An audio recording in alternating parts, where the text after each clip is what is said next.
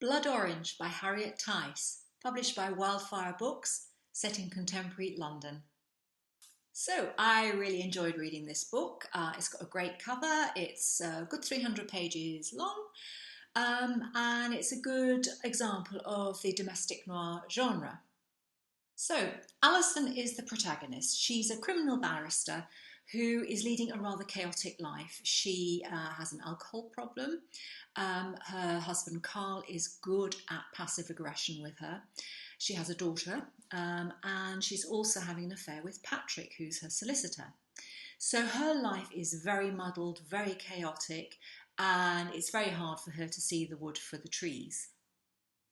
Alison is then given the case of Madeleine, who has been charged with the murder of her husband. And as Alison actually probes beneath the surface, she begins to discover there's quite a lot of abusive behaviour that's been going on, some very serious domestic violence. And gradually she can see parallels between Madeleine's life and her own life at home, and how it's all beginning to affect her. Alison is really struggling to keep all the plates in her life spinning. She's having a very difficult time with Carl. She's also having a very difficult time with Patrick. And she knows she needs to focus on her marriage and her role as a mother.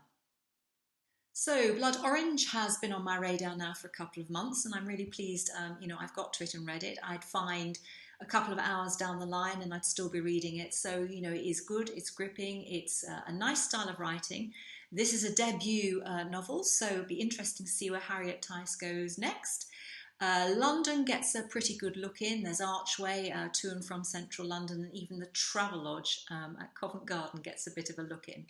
So, yeah, pot Blood Orange with a rather nice cover on your TBR pile, and I think, you'll certainly enjoy it.